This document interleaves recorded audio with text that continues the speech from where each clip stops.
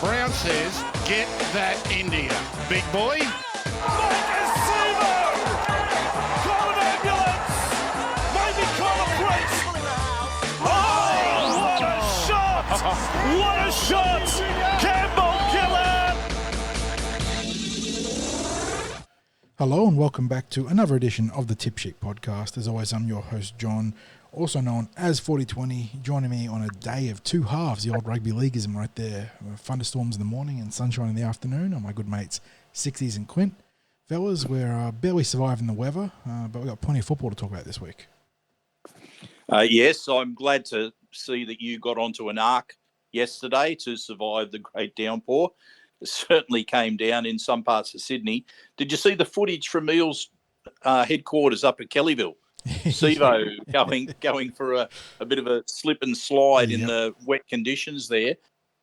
I was only up there a couple of hours before that was taken, and they managed to get through their training session. But my goodness, it had to have been coming down for a period of time for the fields to be completely covered in water like an inland lake. So, strange weather, strange weather. But we've still got plenty to talk about, especially with what's happening around Parramatta. Clint, what about you? How are you faring? Lads, I'm absolutely over the moon that we get to be talking about the first grade side this week, given that we've obviously had the trial across the weekend, which had a mix of first grade players, cup players, and some of our development players that have been coming through our systems. But this weekend we're going into an NRL trial, which is absolutely fantastic from my perspective because I am dead set over the off season. So I'm really keen to rip into this one with you both. And before we do rip in, a quick shout out to the sponsors of the show. As always, it's Big Swing Golf, North Mead, and Star Partners Real Estate, Auburn, Narellan, and Parramatta. Thank you to both parties for making these episodes happen each and every week. Now, and John can also give another reminder because it is only 3 days now until voting closes for the board of directors positions for Parramatta Leagues Club. Any eligible Parramatta Leagues Club members, please make sure you vote. It's an easy process, especially if you're doing it online. You should have all the voting papers by now either come through the mail or sent to you electronically. It only takes, as I said, a couple of minutes to do it. Your vote electronically. Voting closes at 5 p.m. this Friday. So please make sure you vote. The more people that vote, the more representative it is of the wishes of Leagues Club members. Well said, mate. Now let's get into it. News team, assemble!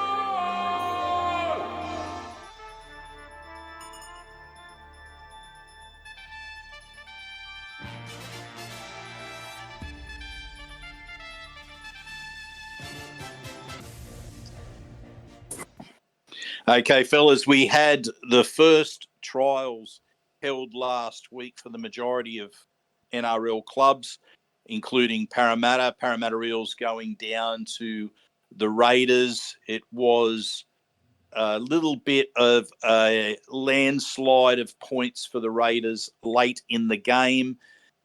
I know we've already had our instant reaction podcast, but John and Clint, anything you'd like to add in terms of your takes from the trial? John, over to you first. Yeah, well, look, I feel like Sixties over the last decade about now, since Brad's been in charge, we've done a fair job of not trying to overplay success in trials. Eels have largely been a very good trial team under Arthur, and if trials were indicative of regular season dominance, then the Eels would have a dynasty throughout that period, as much as the Penrith Panthers. And while the Eels have translated success in the trials to success in the regular season, by the same token, you don't start trying to bail out water and abandon ship when you have a bad loss in a New South Wales Cup / NRL trial against the Raiders. And yeah, we spoke about an instant reaction. There were definitely positives coming out of this game, while there were also some legitimate question marks that now face the team heading towards the Gold Coast Titans trial coming up on Sunday. But we will be able to reassess at the end of the week whether there is legitimate questions about the team that will need to be addressed ASAP, or if that was more You know, the Raiders just having, as we mentioned in the instant reaction, a bit of luck to go with some really eager efforts from them across the second half of play. So, Clint, as far as you're concerned, the sky's not falling? No, not at all. You know, there's absolutely to follow on from 40, just said there's some luck in some of the Raiders' points. You know, it feels like whenever Danny Levi plays us, anything he does just turns to gold. You know, that's got to be one of the flukiest tries I've ever seen in terms of that that volley kick to Jed Stewart to score in the corner. But no, you look. I pay attention to probably the first 30 to 40 minutes in these types of games, because I think that's where you sort of get an idea of hopefully everyone's fitness levels, just and that the mainstays of the first grade team that are playing in those games, or at least the players that are competing for those spots, they're looking fit, they're looking likely. I know it was already covered in the in the instant reaction podcast, but geez, Sean Russell looks primed for a good season. I was really happy with what I saw from him out of that game. You know, I thought Morgan Harper and Bailey Simonson both had some good moments, with also some not so good moments throughout the game. And you know, I think I texted you both, or maybe it was just you, Sixties, directly after the trial, just before you recorded that. There were some lessons for our young boys in that game, but they'll be better for the run. Yeah, absolutely. As far as I'm concerned, look, I was pleased from the point of view that a couple of things that I'd banged on about during the preseason, which was Kelma Tuolangi's preseason training form, how strong it was. I think that was shown to be the case during the trial. I think this is some vindication for you as well, Sixties, because people were very quickly to get stuck into you when you were singing Josh Hodgson's praises after the off-season last year. So this is a nice little moment for you. I'm happy for you, mate.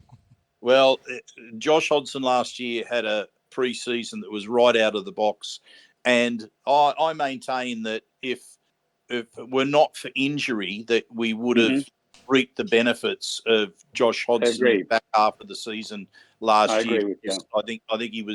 I think he was finding his way into the team during that first half of the year.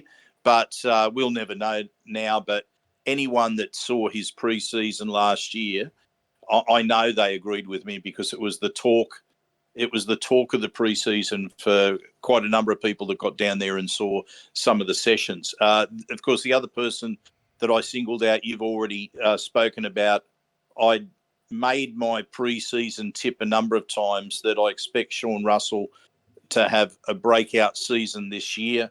He's going to tip the scales about 6 or 7 kilos heavier than he did last year. And as we saw on the weekend, he's had no loss of pace whatsoever. In fact, he probably surprised people with just yards. That's the Red Bull engineering right there. Yeah. Yeah. So, and apart from that, as we discussed, there was some learning experience for some of the young players. But this week, when we get into discussing the team lists in just a moment, it's really now the pointer towards round one selections, and we'll talk about that in a moment. Some MRC housekeeping to come out of this 160s. When we're doing the instant reaction, we mentioned that Sean Lane and I believe Makesi Makatoa were both cited and put on report. Thankfully for Sean Lane, he had nothing to answer to, and I believe Makesi Makatoa was fine sufficient for his hip drop tackle on the Canberra Raiders. So nothing too damaging coming out of there by way of the match review committee, allowing them to focus on their game against the Gold Coast Titans now. Yes, and of course the main injury concern out of the game was Matt Arthur, young Woods. He ended up with his head in the wrong position with that tackle. Copter was taken from the field with concussion. The word is that everything's fine there. He'll just go through the protocols of sitting out training and playing for a short period of time, and then he'll be back in action, probably, I would think, in time for round one. There was 3 buys altogether in the junior reps last week. The Harold Matthews Cup, the Lisa Fiaola Cup, and the Tasha Gale Cup were all sitting out last week. and it was left to the SG ball team to fly the blue and gold flag. And John, they managed to secure another win. This time it was a 26-point victory and remain undefeated. Yeah, it was a stinker out at Eric Tweedale on Saturday. SG Ball starting at 10 o'clock, and it was already getting blasted by the sun out there. So they did a good job to showcase, I suppose, their fitness in this contest, 60s, because the West Tigers, or the Balmain Tigers they are in the SG Ball, didn't go away for about 40, 50 minutes in this game. But then, as we've seen in the last two games prior to this, the Eels have finished with an absolute flourish. 3 tries in the space of 8 minutes. Took this game well away from the Tigers and firmly into Parramatta's control. And yeah, I thought this was a solid game on both accounts. I thought the Tigers showed that they weren't going to go away. They played tough and had some opportunistic tries. I think both their tries came on the back of either Parramatta errors or sort of opportunities opened up by Parramatta indiscretion or something like that. Whereas the Eels had to work hard and then they came home strong. Across the park, I thought both flankers were very good in this 160s, Mo Alamadine and Dom Ferrugia, with the little caveat, and Dom was kicking himself for it, but that conversion he missed from the left of the uprights, he was not happy about, but I thought they both had very good games. And then in terms of the rest of the team, the 5'8" for Lorenzo Talatona had a number of really strong runs. Dill Brettle scored a great solo try. And then in the forwards, Sebastian Piacala continues to have a really impressive start to the season. Jai Camilleri at dummy half, he's shown that he's a real handful near the goal line. And not just like near the goal line, but in the red zone. If he gets the ball from 20 metres out, he can make something happen.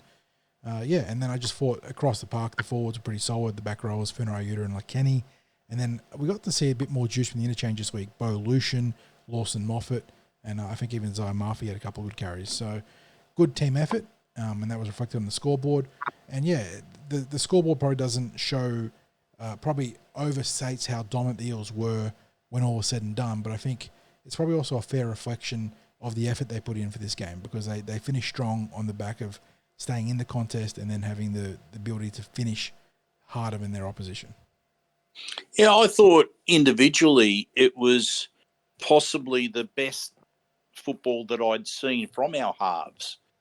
So I'm not, obviously as a combination it worked, but I thought in the halves, just for their individual performances, I thought that Dylan and Lorenzo had, their best individual performances that I can recall in their pathway history. And they're such contrasting halves, aren't they? Because Lorenzo is your classic ball running 5'8".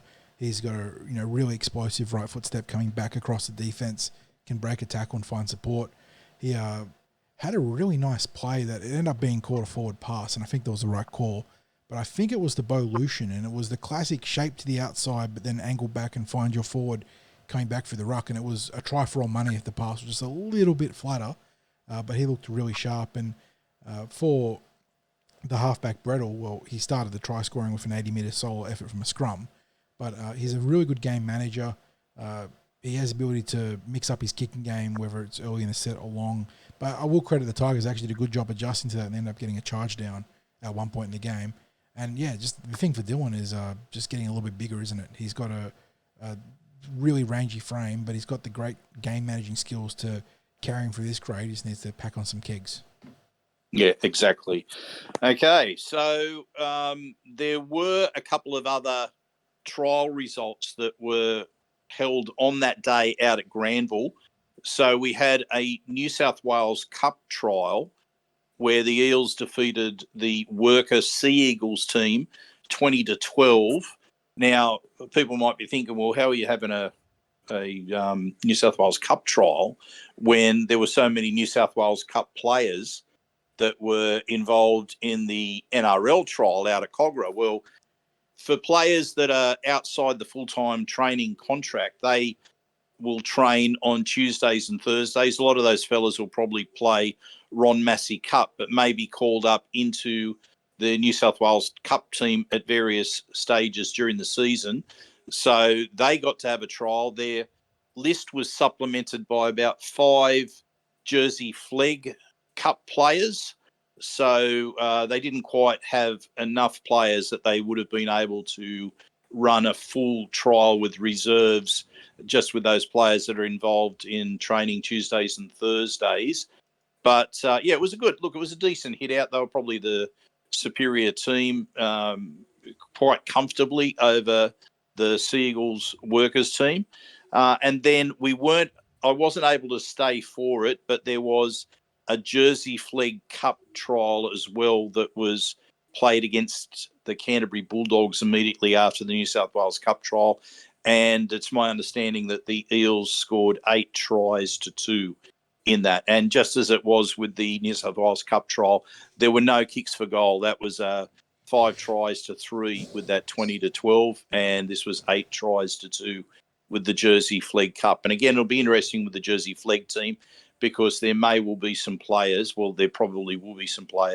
who participated in that NRL trial at Cogra who will play in Jersey Flegg to start the season. So that was certainly a good result for the Jersey Flegg team. So it was a good day of results out at Eric Tweedale. One thing I did want to talk about before we moved on, boys, was we got our first controversial call under the amendment or the amended restart rules that we have. And we sort of alluded to it when we were discussing the changes, but what amounts to a contestable kick, 60s. We saw the Balmain Tigers attempt a short kickoff at one point when the contest was still a little bit closer and they were trailing. And I think the ball travelled a net of 2 or 3 metres from the tee when all was said and done. And it was deemed to be a contestable kick, and it was a 10-metre play the ball, or 40 metres from Parramatta's goal line, 10 metres short of halfway, instead of a penalty. I don't know how I feel about that. Yeah, well, I guess this is what the issue is going to be all year, is the interpretation of what's contestable. I think, Clint, you've flagged that this is going to be an issue for referees during the year. Anything that relies on discretion is always going to be contentious. And, you know, we saw, I didn't see that that particular incident in the SG ball game, but we did see, one of the other rule interpretations in the Manly Roosters trial when former Eel Nathan Brown got pegged for being a blocker for a general play kick, which actually affected a potential try scoring scenario for Manly. And, you know, it again, just an example of something that's open for interpretation. We've discussed it at length in previous shows, but, you know, these rules, were they changes that needed to happen? In my personal opinion, no. But, you know, it's going to be a talking point for this year. And, you know, I would not be surprised that if in 11, 12 months' time, we're talking about how the rule's been reverted. Yeah, it wouldn't surprise me at all either, because as we've discussed before, what was the point of bringing the rule in the first place? The other one that people need to watch out for is the downtown rule, because we've seen a flurry of penalties in junior reps. We started to see it in spots in the trials, and I think you can expect that the referees are going to clamp down on it in round 1. Now, I don't have a problem if they're going to consistently penalise players being beyond the line of the play the ball. Yeah, so to clarify, because I was talking with the boys in the Para podcast earlier today, this is like the same way when you're in front of the ruck in general play and the ball comes to you, it's a penalty because you're deemed offside for the entire play. You are ineligible to chase the ball if you're in the same position when it comes to kicking, right? That is literally what the new downtown interpretation is. Yes, yeah, and that's fair enough. And what we want is this to be applied for the entire season. Don't just go hard for 5 or 6 weeks and then start to go soft on it. It's a pretty look. This to me is a fairly easy rule. If you're offside from the play the ball, or you're beyond that play the ball when that kick is put in, as John just said, it's essentially. It's a common sense extension of an existing rule, but I'm actually surprised wasn't already ratified within the NRL code. We obviously, credit to the rules committee. We've taken the mickey out of them a fair bit with all the tinkering, but this is one of those amendments that actually makes sense. Like, it is written in such a way in general play that you're ineligible to be in the play, so therefore it should extend to when you're a kick chaser. So I didn't even realise that teams were exploiting it, but obviously someone or some ones were in terms of multiple teams. Because my concern was if they're going to change it to being in front of the kicker in general, or something to affect how much it would change our strategy for our way Mitchell Moses executes his clearing kicks. But as written now, I'm not too concerned.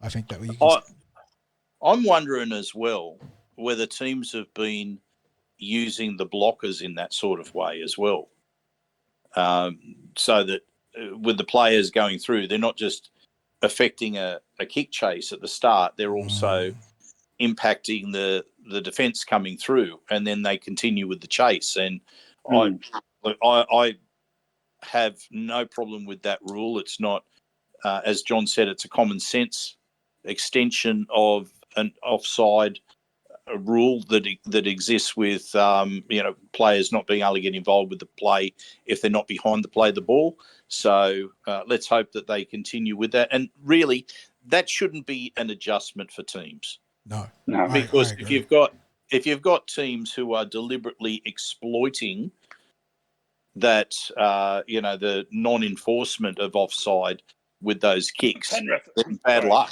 Tickle my throat. So anyway, bad luck if they can't adjust to that, because they weren't doing the right thing in the first place. So anyway, we move on. John, team list Tuesday. Can you run us through the Eels selected team for their trial up in Queensland?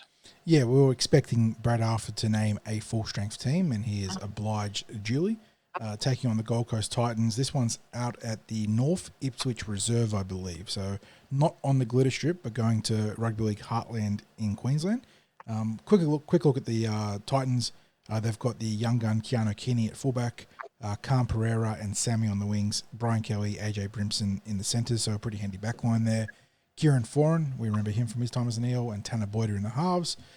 Good forward pack with Mo Fodawaker, Keenan Palacia in the front row, Sam Verrills at dummy half, Jacob Alec, Beau Fermor, the luckless Beau Fermor actually, and then Tino Fa'asul Mala'awi in the back row.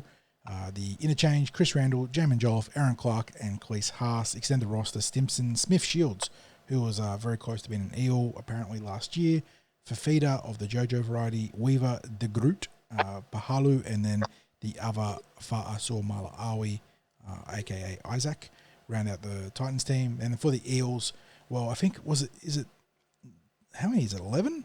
How many starters were coming into this team? It's absolutely mammoth compared to what happened last week.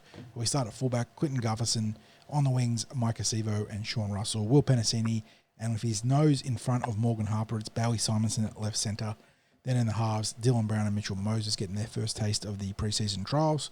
Front row, it's Reagan Campbell-Gillard and Junior Barloff, Joey Lussick at dummy half, Sean Lane and Bryce Cartwright on the edges, Jermaine Hopgood getting out of that All-Stars game unscathed is that lock forward. On the interchange, this is probably going to be the biggest talking point, I imagine, is Brendan Hands, Wirumu Greg, Joe Ofungahi and Kelma Tuolangi.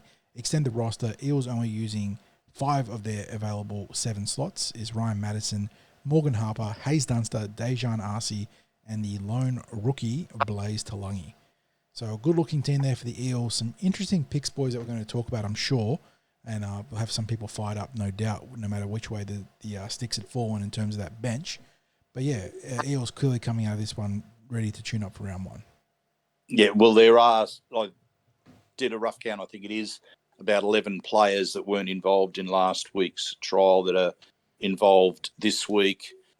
You've pretty much covered a couple of those talking points, being the centre battle that's there, where we're seeing the pack that's pretty much starting as most people would have expected, and then it gets to that bench rundown, doesn't it? It's the we talked about this quite a bit when BA suggested that he wasn't going to select 2 dummy halves in his teams this year, and I said to you, as far as I was concerned, that Brendan Hands was not a specialist dummy half, that he was a utility player. Mm-hmm. That's the nuance of the discussion that we had, wasn't it? Was whether he was seen as a specialist interchange dummy half or just dummy half in general, or a utility. And look, I believe they argued that he was a utility last year to the NRL when it came to getting to play NRL, and they've stayed true to it. He is a utility. That's his first slot in the team, and while he may be more of a dummy half in his utility capacity, they clearly see him as a Swiss Army knife to be used off the bench. Yeah. Clint, what's your takes? Yeah, look, I think people would look at today's team list and maybe be a bit surprised because they had pigeonholed Brendan Hands as purely a hooker. But we've discussed this many times before, and you referenced it just then that he offers far more than just that. He has a junior reps background in the halves. He's certainly solid enough and a good enough defender that he can fill in the middle if required as well. So. I think he's a great depth option for us to have on the bench. But there'd also be some people who are surprised in seeing what appears, if you go off it based on the numbers, Ryan Madison looking like he's not in the top 17. I don't know if that's a cosmetic thing or not, but someone had to miss out, right, lads? That's right. Yeah, 5 cannot go on to 4. That is the very simple maths of it. And no matter what configuration was on that interchange, I imagine there would have been some subset of fans that would have been upset because it wasn't their choice. And in this case, Madison's the biggest name to miss out, I suppose, amongst the different permutations. But I say missed out with inverted commas because this is a trial. He is not out of the running by any means yet. Same with Morgan Harper. This is why we do have preseason trials, and while they might not have the inside running right now, big showings against the Titans alongside struggles from Simonson or one of the bench players could lead to them getting right back into the thick of things. And it's going to be interesting for discussions, and I hope healthy discussion rather than just screeching and typical internet slinging and slanging. But it's a good position to be in to have a player of Ryan Madison's caliber not be a lock for your top 17. I really look forward to seeing how this battle plays out. Kelma Tuolangi took a huge step forwards against the Raiders on the weekend. And, that's why we have preseason trials. So it's now on Madison to return serve. Yeah, and I'm not ruling out that BA still goes with 4 forwards. Absolutely. I think he's basically using the reserve bench, the extended reserve bench, and will probably rotate the 4 forwards as if there were 4 forwards on the bench. And that he will rotate Brendan Hands with Joey Lussick. In saying all of that, he's tipped his hat that Brendan Hands is in the mix for selection in the team by naming him on a bench where he is, first of all, the only player who's likely to be able to cover dummy half, and the true utility player in that lot, in that he can cover the spine, the half, like the spine, and also lock at a pinch. So yeah, interesting. I don't know how much time some of the other players are going to get in this match. What's your thought on that? I mean, we're going to do a full preview with the preview podcast later in the week, John. But what's the thoughts on the game time that you think that some of these other players will get? I mean, are we likely to see Morgan Harper swap out with Bailey Simonson halfway through the match, or are we likely to see him swap with Will Penasini to keep on a particular side of the field? Hayes Dunster, is he likely to get time on the wing, a significant time, or is there going to be, say, 10, 15 minutes towards the end of the game? Blaise Talangi also, will he come on at fullback? Will he come on at centre? I think they're some of the questions that could be. Well, could he come on in the halves? If you aren't going to play Mitch Moses and Dylan Brown for 80 minutes, then you'll have to look at players like Dejan Arce and Blaise Talangi to come on in the halves. I guess Brendan Hands could cover there as well. But then you need dummy half, which means Joey Lussick plays. Yeah, and you're not going to expect, I wouldn't think, Joey Lussick to play 80 minutes of a trial. I could be wrong, but I wouldn't see that there's a need for him to play 80 minutes. Perhaps it's, mixed up a little bit with Brendan Hands maybe playing a couple of different roles, but I would think that Dejan and Blaze are possibilities for the halves. Blaze, again, might be used at fullback and get all the more experience back there. So that's where I think it's going to be interesting. And it's, as I said, it's probably made even more interesting by the fact that the Eels have gone for a shorter interchange list than what they could have. Will they add more to it? Is it possible for them to add more? I don't know. Yeah, well, I'm not sure about the rules of the preseason trials, especially now that there's cash up for grabs. Not that the Eels are in the hunt for it, but yeah, look, there's a couple of things to do with his extended roster. I think first of all, it's a really nice nod for Blaze. The fact that he's still in the mix. There's no other rookie prospect that's in the team. Obviously, no Ethan Sanders, no Matt Arthur, which is more a function of the concussion than necessarily not being picked. But Blaze, even with that one indiscretion with the not even a drop ball, hearing the footsteps coming last week, still showed enough to warrant being in the mix this week, which is fantastic to see. What it does tell me is that 15 to 18, the four forwards vying for those interchange spots, they're going to get a lot of play time. There are no other forwards in the extended roster. Harper, Dunster, Arcee, and Talangi are all backs or in the spine. So we're going to see Greg, Ofengahi, Tuolangi, and Madison get plenty of game time, I reckon. In terms of how these other guys come on, though, I think Morgan Harper's going to get at least a half a game of football here, whether it's in relief of Simonson or taking over from Penasini. Like you said, Sixties, I think they're both viable options, and I could see Simonson getting most of a game and then getting subbed out for Arcee, Dunster, or Talangi, depending on how they go there. In terms of those other guys there, it's hard to see how. I mean, Arcee's going to be playing the halves. I think he'll replace Mitchell Moses and run the show, I'd say. I'd like to see Blaze get a little bit of time with the front line 6, 7, and 9 at fullback, because Guffo is we know he's the king. He doesn't need the big preseason tune-up the way a lot of other players do. His game is predicated on being an utter pro and just having a huge ticker, and I think he doesn't need big minutes against the Titans to get into gear. So I would like to see what Blaze can do with Moses and Brown and Lussick or Hands at dummy half. But I'd expect Blaze to maybe bounce around a few spots depending on how they go about it. So, yeah, it's going to be really interesting to see on an individual level. From a team perspective, and obviously we're going to preview this, we need to see a big lift in intent, in line speed, and aggression, and maybe see the team deploying big stratagems and gambits in terms of attacking, but seeing the forwards maybe hunting in pods and whatnot and testing the ruck out a little bit. Yeah. It'll look. I guess we're probably still not going to see too much of the Eels' hand in terms of specific attacking shapes. I think you're going to see the basics still.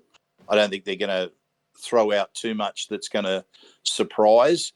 I did get to watch a little bit of training yesterday, and wasn't a lot that I was able to see yesterday. I was a little bit busy, got up there a bit late, and what I did see was them doing a lot of systems work, because you had the players that were involved in the trial last week that weren't doing a particularly heavy session, given that it was Saturday to Monday, so they were just doing a little bit of skills work, that sort of thing. The main session with the NRL players, supplemented by a few extras, was just really systems based, defensive systems, some attacking shapes, and a lot of left versus right sort of stuff that they were doing. So that's what really. I mean, I'm expecting, like any trial, that you're not going to see any side really show their hand too much. It's going to be get your basics right, get some of your combinations right, and keep the powder dry for the real stuff. Clint, anything you want to add? That's the memo, or the MO, I should say, for trials.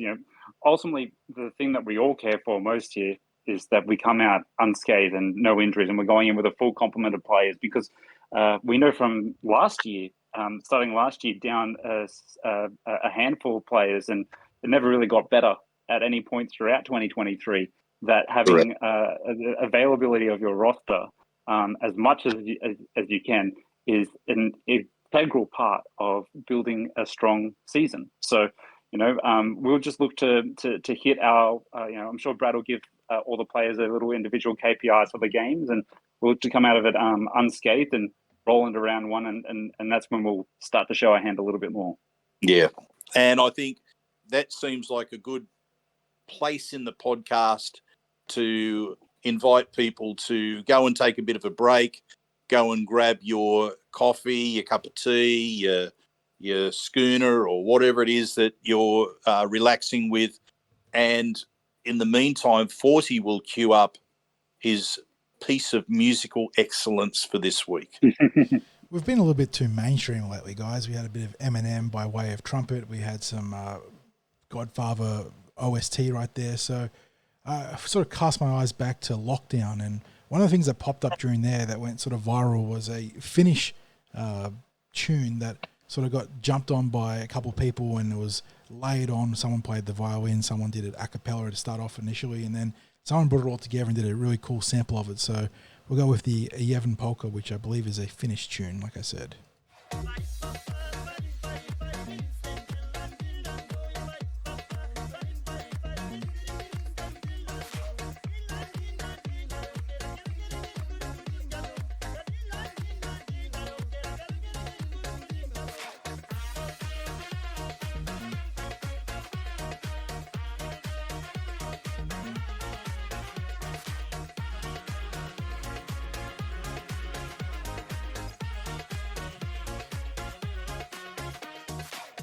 Just a little nod to our European listeners, I'm sure.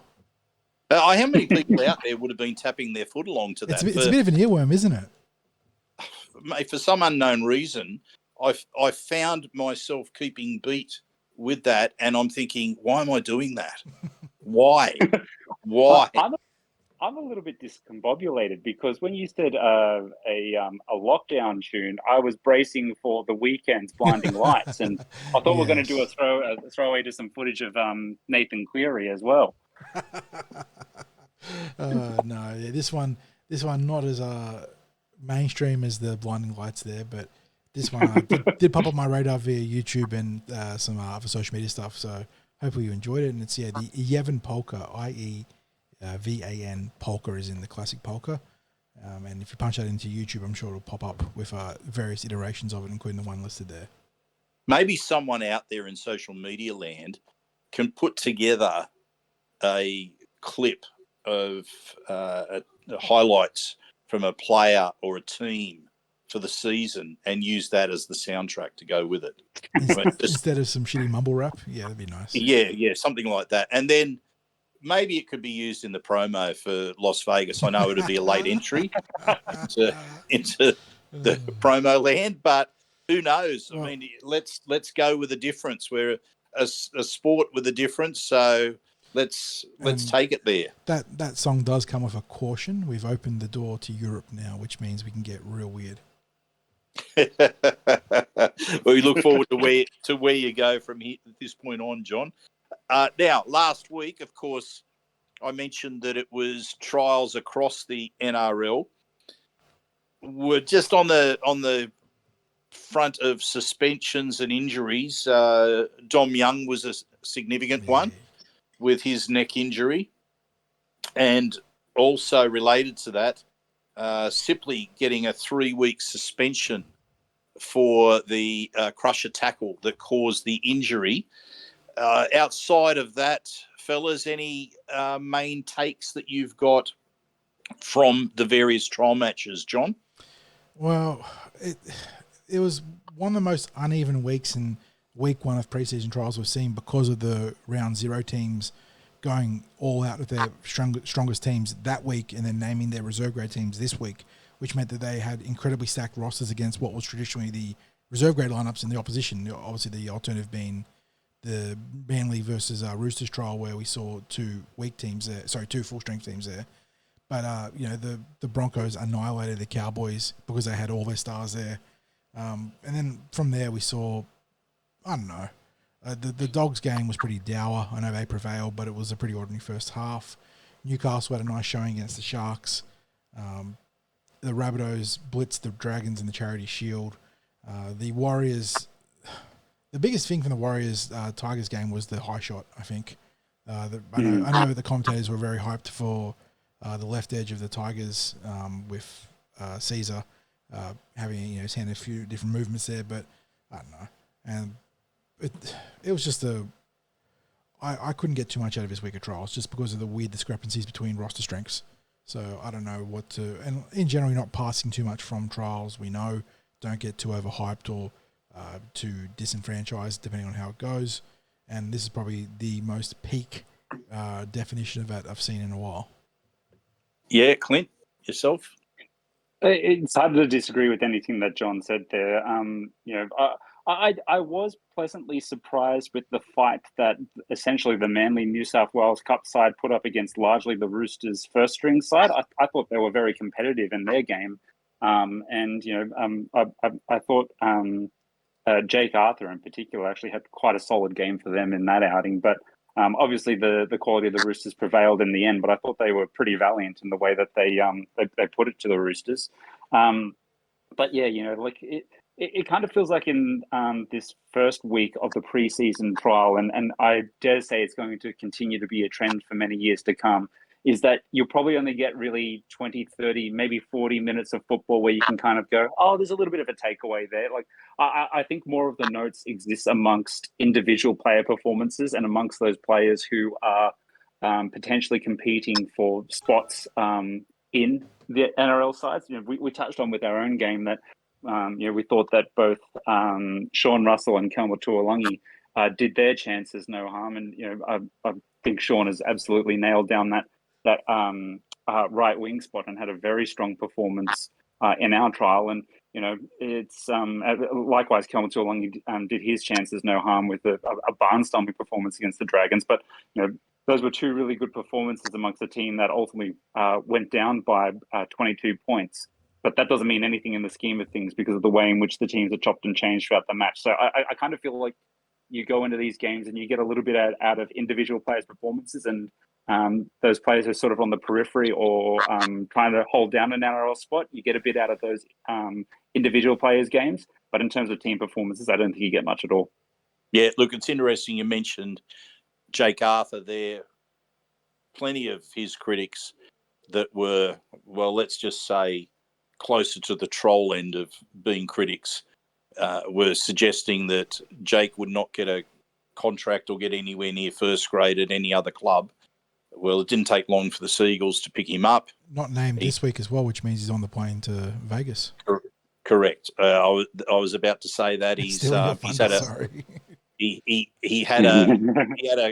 had a contract extension from the Seagulls fairly quickly once he arrived over there.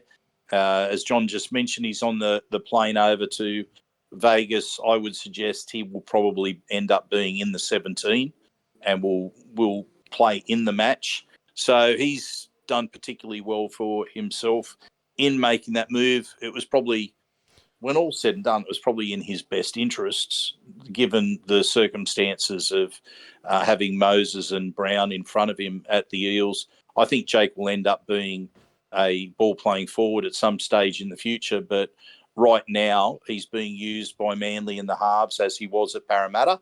And you've got Daly Cherry Evans, who's, you've got to say, he's got to be close to the end of his career right now. At, what is he, 36 now or 36 this year, something like that. So he maybe has a strong future there. Hopefully, Jake might come back to the Eels at some stage in the future. And if he's not playing in the halves, he might be a ball-playing lock forward by then. But apart from that, I'll tell you what I liked out of the week. And the thing that took my attention was the crowd that rolled up for the Warriors trial. Nearly 14,000 people there. It's pretty solid. That is a really impressive trial crowd, you'd have to say. And it's probably a sign of how important this year is for the Warriors, isn't it? To build on what they did last season and not be relegated as one-year wonders. And look, they made fundamental steps forwards under Webster last year. They played a really strong game predicated on being physical and aggressive, which is really the hallmark of all the good teams. And yeah, now it's beholden to them to just consolidate. And if they can do that, geez, there's a huge market they can carve into. Look, I think they won a lot of hearts with what they went through during COVID. And then given that they were able to have such a strong year last year on the back of being able to play back at home, yeah, if they can be finals regulars, their future in terms of the strength of their club in New Zealand looks particularly bright. You talked about Vegas. We've already seen South depart for Vegas. Are they making genuine inroads into having fans over in America, do you think, fellas? I mean, there's at least one South jersey at most sporting events, so they've got that going for them. It always finds its way there. Look, I guess it doesn't hurt to have No. the Gladiator himself as a high-profile owner, supporter. And so it's the sort of thing that you shoot for the moon and the worst you do is fail. And that's not a bad thing here. Maybe you don't make an impression on the American market. Maybe no one or not enough people gain traction with the myrtle and green or whatever it is, or red and myrtle. I can't remember which one it is, but the worst they can do is fail there. And if they can get a foothold, that's obviously awesome for them. So got no issues with them getting out there and trying to get the South Sydney Rabbitohs brand entrenched in the American market just a little bit. And they do have the biggest advantage among the 4 teams and among all 17 teams, really, by having the Gladiator fronting their franchise, because he's not the true, the quadruple A-lister he once was, but he is a prominent celebrity and people do recognise the Russell Crowe brand. So him being behind Souths is huge for them, and if any team is going to make a jump there, it'll be them. Yeah, the NRL as well, they put out their schedule for the days before and leading into the big doubleheader over there. Plenty of events planned, including NRL 360 programs from there, Matty Johns from over there. There's luncheons and special events happening, and I got beef with that. I've seen the Fox previews and it just looks like a massive junket for the Fox Sports crew. It looks like it is I love this guy, but it is Adam Sandler and getting all his mates to film a shitty movie, have a holiday, as it is to Matty Johns having his mates over there doing Vegas stuff. So I mean, power to them, they're living the dream. But geez. Yes. Well, look, we're going to be recording a chat with our American Eels mate and fan over there, Ron.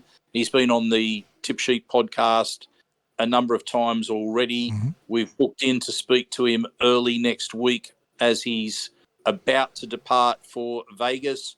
We're then going to have him on the podcast after he's been to Vegas and experienced the double header and all of the events that have gone on around it, so he can give you a first-hand account of what it was like to be there as an American fan.